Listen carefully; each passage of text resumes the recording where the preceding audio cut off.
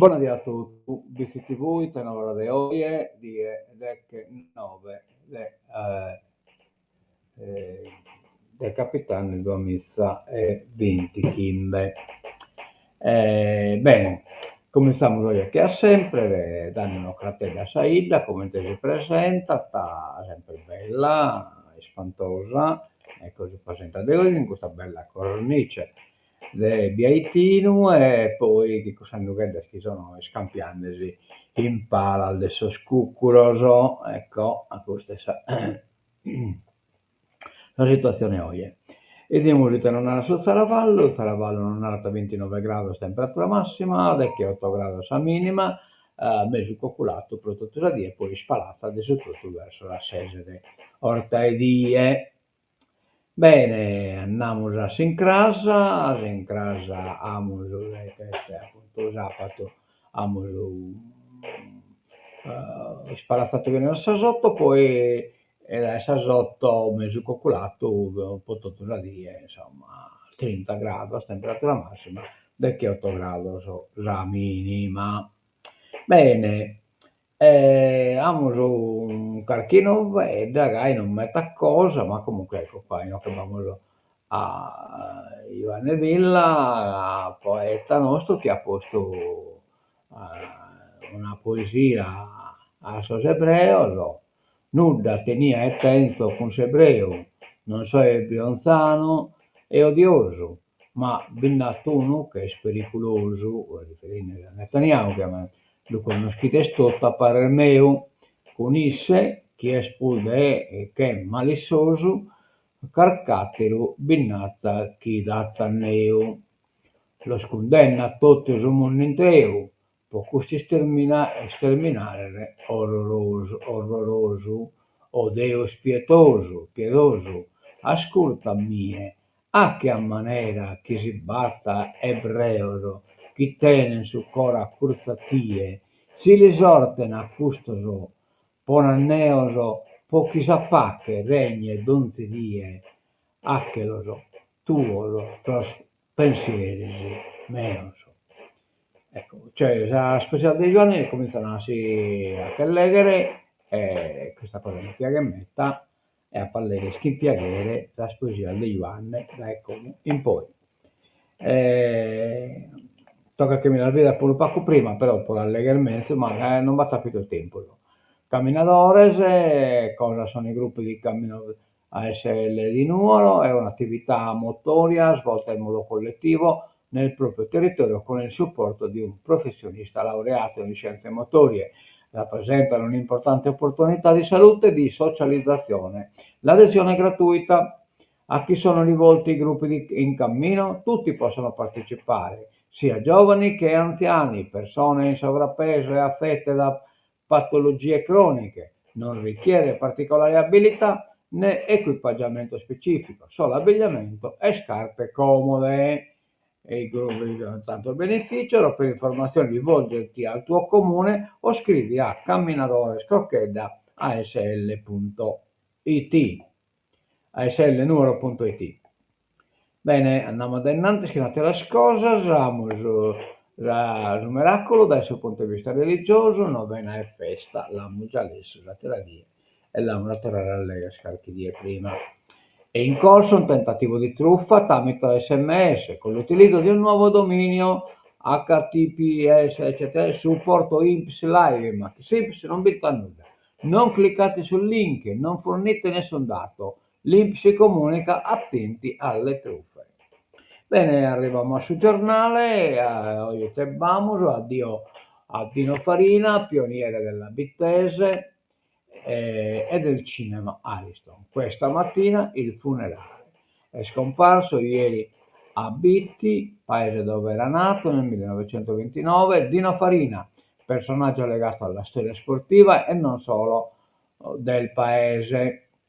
Nel secondo dopoguerra era stato tra i fondatori della mitica Bittese, squadra di calcio nata sui fasti del Grande Torino, al quale si ispirano anche per le prime divise granata, ancora oggi a quasi 80 anni dalla Costituzione, colori ufficiali della polisportiva.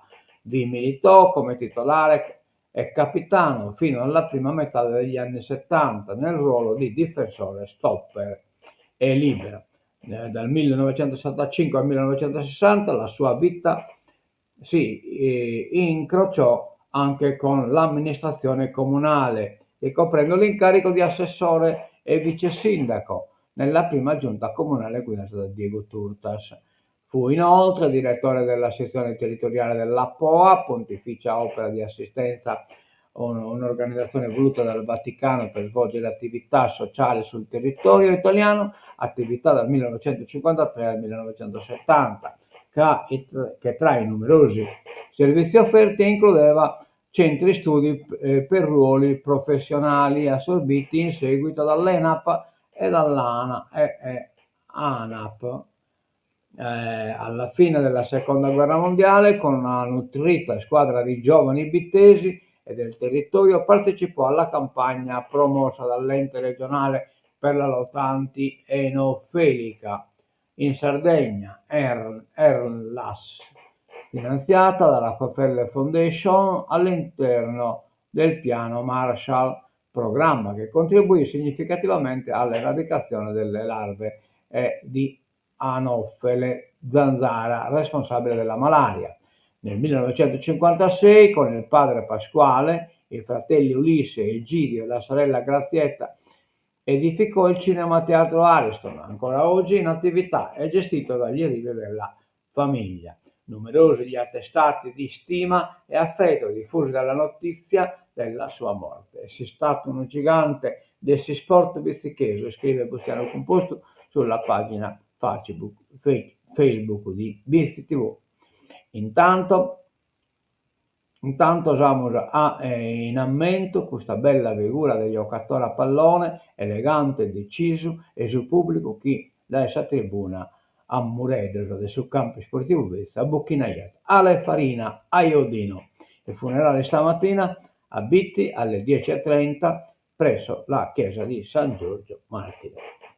Adios, Dino. Dichiara morti bovini vivi, denunciato, ecco qua, veterinario nei guai per falso sull'abbattimento di 139 capi, controlli dei carabinieri legati alla dermatite modulare, sanzionati 2 allevatori. Avrebbe attestato falsamente l'abbattimento e lo smaltimento di 139 capi di bestiame affetti da dermatite nodulare contagiosa, pur sapendo che gli animali erano ancora vivi, e quanto ha contestato ad un veterinario originario di Siniscola, denunciato dai carabinieri della compagnia di Ottana nell'ambito dell'indagine sul contenimento della dermatite bovina, malattia virale altamente infettiva che colpisce i bovini. Insomma, si imbroglio. Beste sempre che hanno badinari. Allora, in occasione di dos articoli scrivo nel sito in merito a questa questione sollevata da Luciano Piras, giornalista della Nuova Sardegna. E in questo dibattito ho intervenuto pure io, che c'è la Nuova Sardegna, Bustiano Composto, per entrare nel dibattito aperto a Luciano Piras, giornalista della Nuova Sardegna, che sembra ritenere la sardità proclamata una vecchia cartolina. Sì, nelle manifestazioni indossa la maglietta con la scritta Sardegna Nuova Italia e anche quella di A Forza Italia della Sardegna. Qualche volta, in occasione di solenni ufficialità, ho indossato Giaberrita, ma taglio il formaggio con il coltello di plastica che il suo articolo suona raiata chiesa, il balente, so che sardo, insomma, io che in buzzata a usare soglia. Taleppa, sono sardo, mi sento sardo, europeo, non mi sento italiano, come in passato non mi sarei sentito fenicio, romano, aragonese o savoiardo. La mia terra è la Sardegna, tutto l'altro è il resto del mondo. Tutto questo probabilmente non è legale, articolo 5 della Costituzione, che narra insomma, che la Sardegna non esiste che tutta Italia, ma sicuramente è legittimo e leale verso il mio popolo, la mia gente di oggi, di ieri e di domani. Non sono passatista e rivendico di sconnoto, e non su col noto. Sono per il superamento della resistenza, della resilienza e portare la Sardegna verso l'antifragilità. E poi compreso in un articolo non si può spiegare tutto. È un concetto di Nassim Nicolas Taleb che coincide verso il disconnoto, questo è Bacchiere Bannino, verso la sovranità e l'esistenza negati al popolo sardo.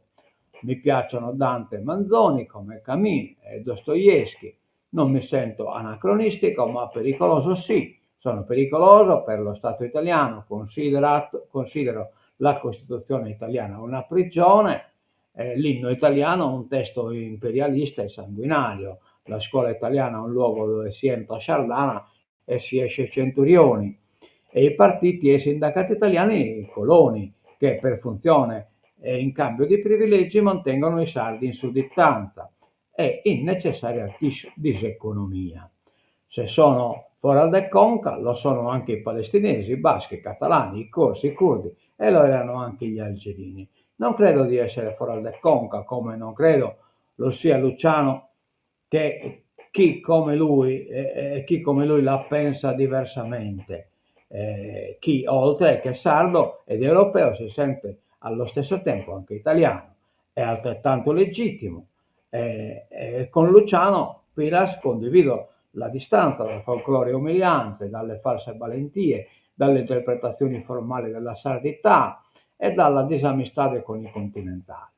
Quello che conta in realtà è il rispetto reciproco, perché anche se si presume che la frase attribuita a Grazia Deledda sia una FAQ, cioè un'aula, noi siamo davvero una sintesi. Noi siamo spagnoli, africani, fenici, cartaginesi, romani, arabi, pisani, bizantini, piemontesi e adesso italiani. Ma come le attribuzioni passate, anche l'italianità passerà dal presente al passato e noi saremo ancora qui, nella nostra terra di sempre, con berrita o senza berrita, nelle nostre villas, altrettanto belle quanto i borghi, moderni, capaci di gestire l'intelligenza artificiale ed interconnessi con il mondo, del quale siamo un colore, indispensabile come gli altri. Noi indipendentisti, figli di una cultura politica endogena, umiliata oggi come ieri da compressioni esogene, vogliamo essere i tutori di quel colore e vogliamo entrare nella terra del mondo senza essere diluiti in altri colori, anche se da alcuni sardi ritenuti più brillanti. Ecco, questo è l'articolo mio, poi è Omaroni, se non ve lo leggo, comprate la Nuova Sardegna, poi lo leghere. Bene, andiamo da innanzi, furbete la dermatite, mucche vive, date per abbattute, la modestia telegiornale, questo è Nuova Sardegna, la mullessa questa cosa, il Sunione Sarda.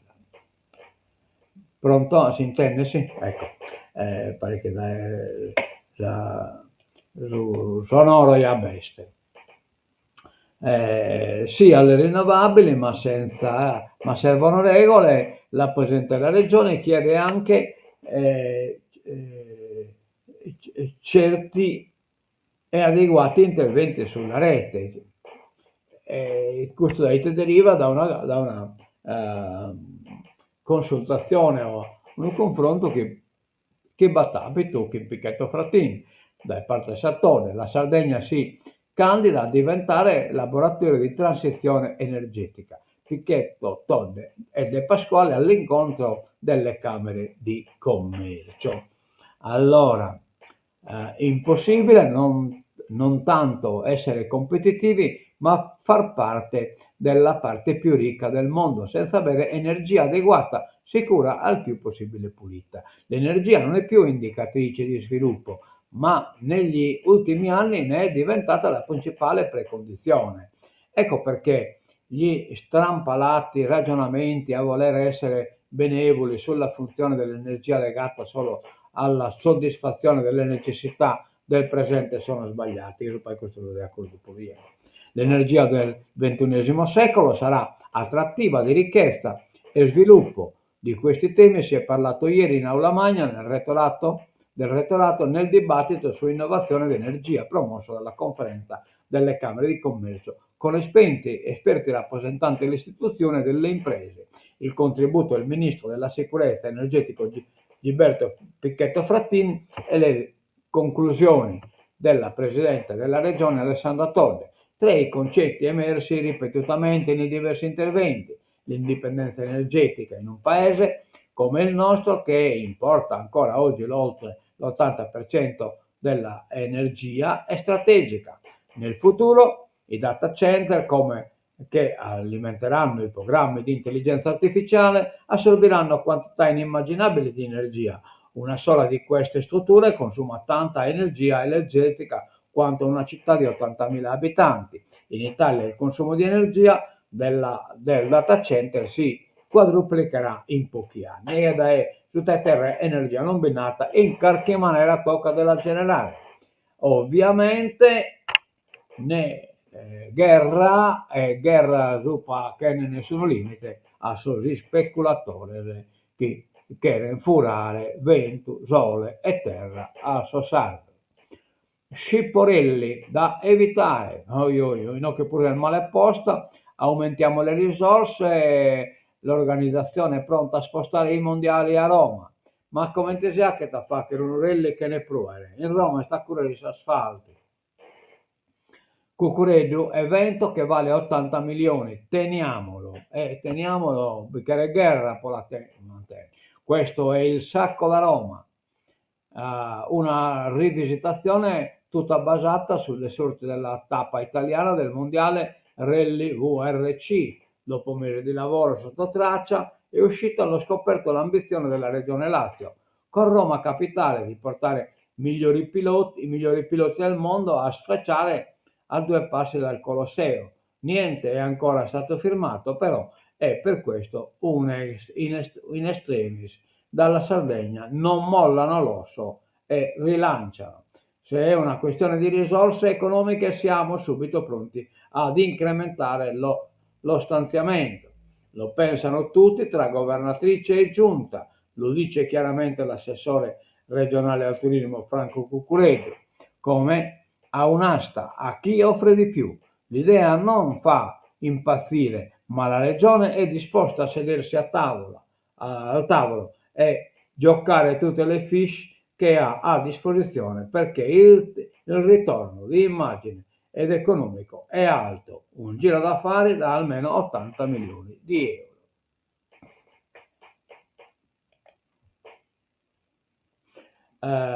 Nuraghi, nuovo ciclo di incontri, le musei danne della Sardegna verso l'UNESCO. L'autunno riparte alla riscoperta dei nuraghi con gli appuntamenti proposti dall'associazione La Sardegna verso l'UNESCO in tutto il territorio regionale. No al taglio del 22% dei fondi PAC da destinare all'agricoltura italiana. Questa saccia il settore è già a forte rischio. Un taglio del 22% delle risorse della politica agricola comune è inaccettabile e rischia di mettere in ginocchio l'agricoltura italiana, che invece ha bisogno di una politica agricola adeguata a garantire sicurezza alimentare e vitalità nelle aree rurali.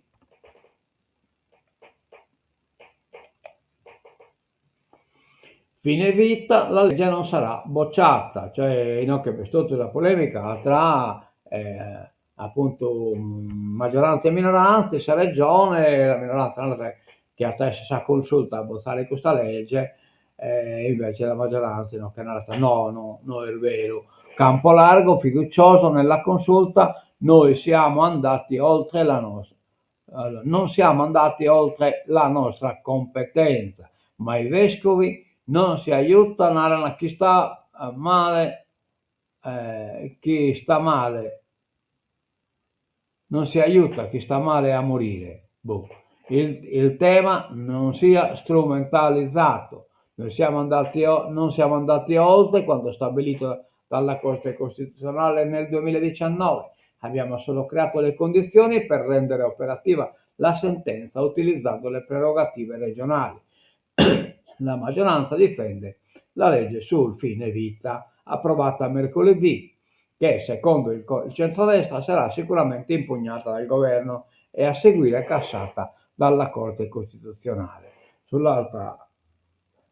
sull'alta probabilità di ricorso sono tutti d'accordo, ma dal punto di vista del campo largo non è così scontato che la Consulta bocci la legge. Ma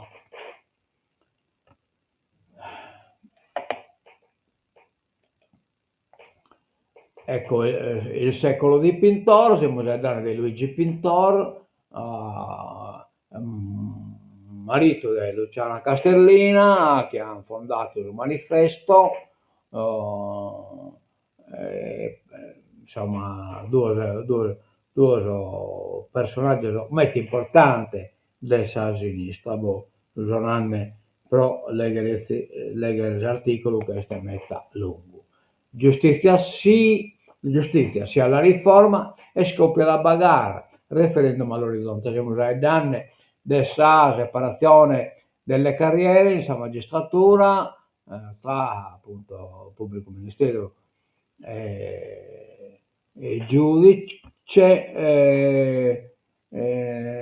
La Camera approva in terza seduta la separazione delle carriere con 243 su 109 voti. La maggioranza assoluta è sufficiente a passare la palla al Senato con l'ultima deliberazione, ma non a bloccare il referendum, per cui sarebbe servito i 2/3 dei deputati a favore, almeno 267, invece erano 243.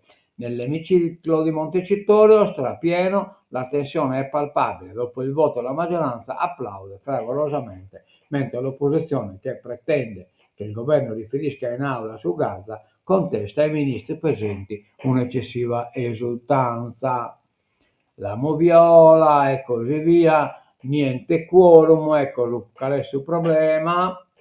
Il centrodestra si prepara al referendum che potrà essere chiesto da un quinto dei membri di una Camera o 500 elettori o 5 consigli regionali e si profila in primavera. Sarebbe una consultazione confermativa che, a differenza di quelle abrogative, non richiederebbe il quorum del 50% degli iscritti nelle liste elettorali. Le opposizioni stanno già raccogliendo le firme dei propri parlamentari, ma non è escluso che lo faccia anche la maggioranza, per dimostrare di non temere il verdetto dei cittadini. Tajani ha detto che Forza Italia è pronta a varare i comitati per il sì. Quello che si profila è il quinto referendum sulle riforme costituzionali. Ecco qua, non bicchiere quorum, casi bacche, il futuro quorum, hai già perduto.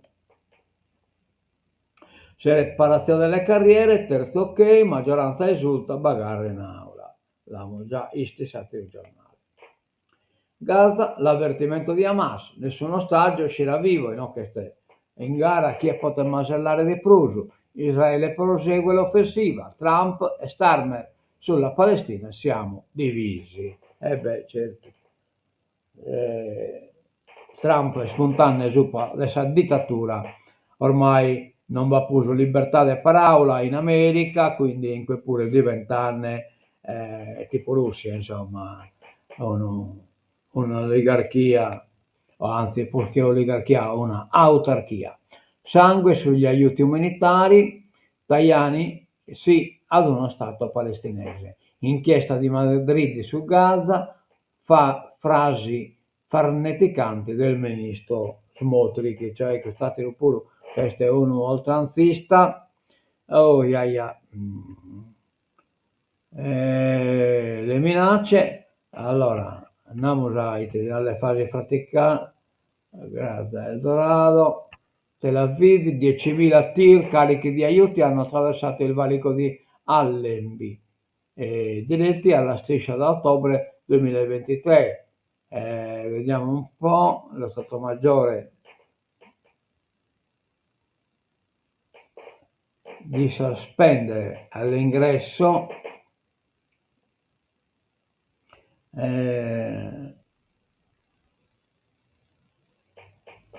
dunque tessero alle stelle e Israele ha lasciato intendere che la tensione con Amman teoricamente potrebbe alzarsi. Facilitiamo gli aiuti umanitari per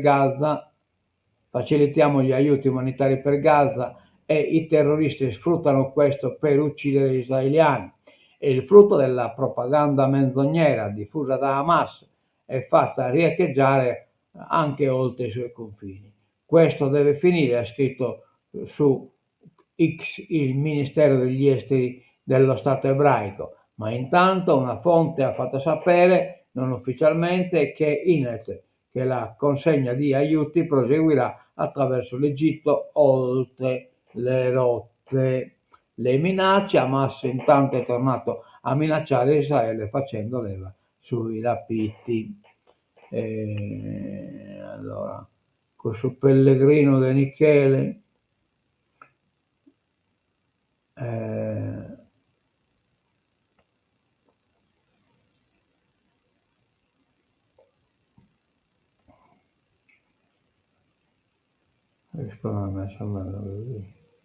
non riesce a buscare. Gaza, ecco. Allora, Alvaro Garcia ha autorizzato l'apertura di un'indagine preliminare, questa è in Spagna, preliminare sulle presunte gravi violazioni del diritto internazionale, dei diritti umani e del diritto internazionale umanitario commesse dall'esercito israeliano sulla striscia di Gaza. Gaza Eldorado, e questo avviene mentre fanno ancora scalpore le dichiarazioni del ministro israeliano delle finanze, uomo di ultradestra e colono ultrareligioso, potete scrivere, Benzalei Smotrich, che si dichiara favorevole al progetto di trasformare Gaza in un centro di resort di lusso per turisti, ma soprattutto, come riporta il Corriere della Sera, parlando di un bambino palestinese che lancia pietre, afferma: o gli sparo o lo espello o lo metto in prigione. Oh, yeah, yeah. Al porto di Ravenna esplode il caso di bombe per Tel Aviv, pare che sbagliata bomba da Chini, trasportarnela verso Tel Aviv e il supporto trasportuale era bloccato da nave. Trump, Starmer, Putin mi ha deluso, però non era nulla. I due leader distanti su Ucraina e Gaza, ma firmano accordi per 250 miliardi di dollari. In Ucraina 700.000 soldati russi, questo è l'un'alata del Cremlino, cioè Bamman, Zetikenta, Mizza, soldato. I tiepidi estivi venti di pace che spiravano sull'Alaska si sono ormai raffreddati con l'autunno, ormai alle porte sul campo di battaglia, l'ennesimo inverno di guerra da affrontare. Vladimir Putin non fa sconti e avverte provocatoriamente di avere oltre 700.000 uomini schierati sul fronte in Ucraina. Mosca al solito si dice disponibile a compromessi purché i suoi interessi vengano garantiti, è un valzer infinito che conduce sempre al solito punto, lo stallo. Volodymyr Zelensky a sorpresa a visitare le truppe ucraine nel Donetsk nel 2024, teatro di scontri feroci, rivendicando un'operazione di controffensiva nei settori di Dobrospillia e Pokrovsky, dove i russi rischiavano di sfondare le linee, ma alla fine non ci sono riusciti. Non è un dettaglio da poco, perché come ogni anno i movimenti di terra da ottobre in poi si fanno più complicati per l'arrivo delle piogge e del fango prima e della neve poi. L'Ucraina sta giustamente difendendo le sue posizioni e il suo territorio. Vabbè, stiamo mandando all'aria tutti i piani russi e che in questo terminiamo si teneva da oie. Nina Karaiki salutata e buongiorno a tutti. Ma lo potete vedere venerdì e so il video al vostro. Bene, stancamo siete novas come un bel intero del vino farina e andiamo a sentirlo. Stancamo siete novas a ponere la musichetta.